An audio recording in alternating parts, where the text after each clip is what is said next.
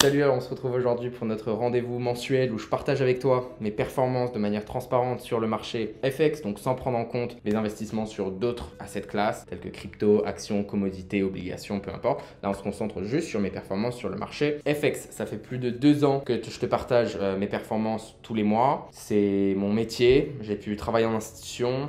Aujourd'hui, je suis retail. J'ai pu faire beaucoup d'argent grâce au trading. Et donc, je fais cette série de vidéos pour rétablir un petit peu la vérité sur ce qui est possible et aussi les bons moments comme les mauvais moments, parce que malheureusement les traders débutants ignorent les mauvais moments, ne veulent pas les regarder. Les personnes qui font du contenu en ligne ne veulent pas te les partager parce que c'est pas vendeur. Donc au final on a une armée de traders qui ont de mauvaises attentes et qui en fait dès la moindre difficulté pensent qu'il y a un problème réel dans leur stratégie ou dans leur psychologie ou dans leur façon, bref, peu importe, et ils se retrouvent à être toujours des traders soit perdants, soit break-even, qui ne passent jamais ce cap de réellement rentable, donc pouvoir sortir une performance positive à la fin de l'année, c'est ça pour moi rentable, et régulier, c'est-à-dire pouvoir le faire année après année après année après année. Si je regarde mon track record sur les derniers, ça va être 7 ans maintenant, 6-7 ans, les 6-7 dernières années ont été positives. Il y a des fluctuations, mais au bout du compte, j'ai été rentable pendant toutes ces différentes années.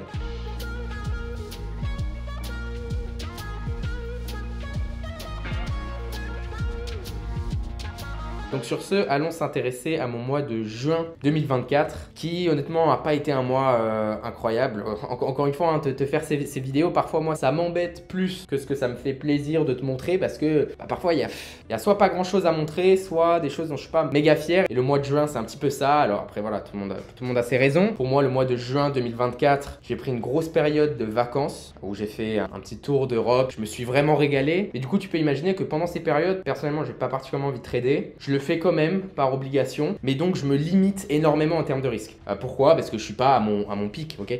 Je compare souvent le fait d'être un trader professionnel au fait d'être un athlète de haut niveau. C'est que ça demande une rigueur, un sérieux, une régularité hors norme. Donc, est-ce qu'un nageur professionnel qui est aux Jeux Olympiques va aller faire sa plus grosse compétition et essayer de battre son meilleur temps quand il est en vacances, qui boit de l'alcool, qui fume, non, il va pas être à son prime. Et en trading, c'est exactement pareil. Donc quand je voyage, j'ai pas mon bureau, j'ai pas tous mes écrans, on va dire je suis pas à mon prime, c'est pas dans ces moments-là où je vais aller envoyer du risque. Donc sur ce, allons tout de suite voir mes performances pour le mois de juin 2024. Alors le mois de juin 2024 a été plus ou moins break-even pour moi, mais si on regarde réellement, en perte. Quand je dis break-even, généralement, c'est quand je suis à moins de moins 1 R ou à moins de plus 1 R. Okay, pour moi, 0 et quelques, c'est plus ou moins break-even pour ce mois-ci.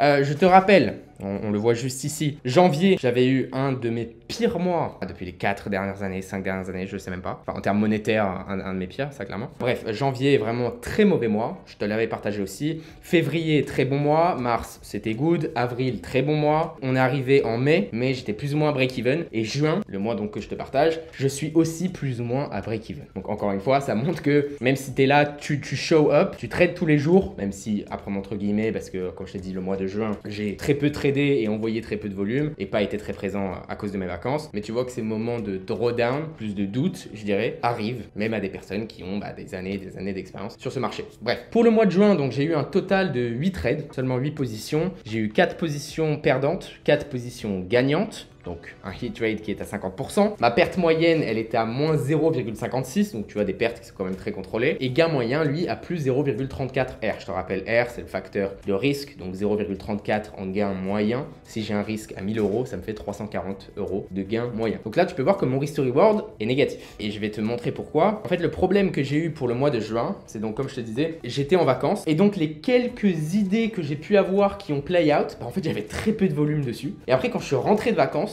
j'avais envie de trader, donc j'ai envoyé du volume, et ça, ce sont les positions qui ne sont pas passées. Donc c'est un peu triste en fait, et d'ailleurs, attends, je vais te montrer un exemple. Ça, c'était une des positions les plus rentables que j'ai pu prendre pour juin 2024, où j'ai pu prendre 0,62 R. Donc même pas une fois mon risque, alors que si tu regardes bien la position, c'était donc un achat sur $CAD, je vais pas rentrer dans toute l'explication de la position, mais tu peux voir que j'ai eu une très bonne exécution. Le prix a pump magnifiquement, et j'ai pu sortir en trail stop parfaitement. Donc franchement, une position qui est vraiment nickel, avec un risk to reward théorique qui était à 2,8 si je dis pas de conneries. Le seul truc, c'est que sur cette position, j'avais pas un risque complet. Et j'avais 25% de mon risque habituel. Donc certes, sur papier, c'était un super trade, mais au final, le profit, tu le divises en 4, parce que j'avais que 25% de mon risque habituel sur la table. Donc c'était mon trade le plus rentable, mais tu peux voir qu'en fait, au niveau impact sur le compte, ça n'a pas été énorme. Et c'est un petit peu ce qui s'est passé pour moi ce mois de juin 2024. Maintenant, en plus de mes vacances, j'ai aussi passé beaucoup de temps à préparer, consolider quelque chose de nouveau que j'espère pouvoir te présenter cette année. J'essaie vraiment de réfléchir à comment aider les traders à passer ce cap de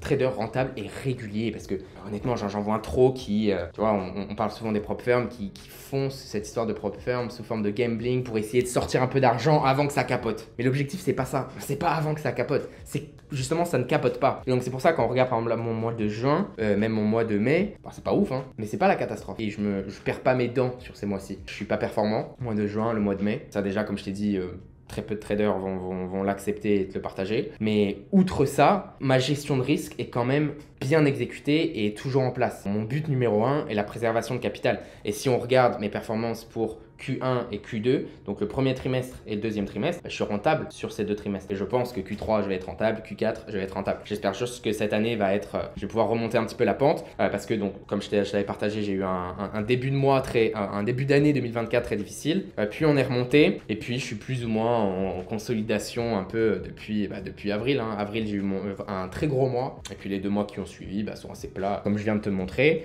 Mais absolument aucun souci. Je répète que le but en trading, c'est pas d'aller chercher des home runs, c'est de ne surtout pas faire tout capoter, de faire exploser la fusée, de faire exploser la machine. Et malheureusement, les gens sont très bons à faire ça de manière générale. Donc sur ce, maintenant, comme d'habitude, on va aller étudier mon meilleur trade, on va étudier mon pire trade et on va étudier le trade le plus intéressant que j'ai pu prendre sur ce mois de juin.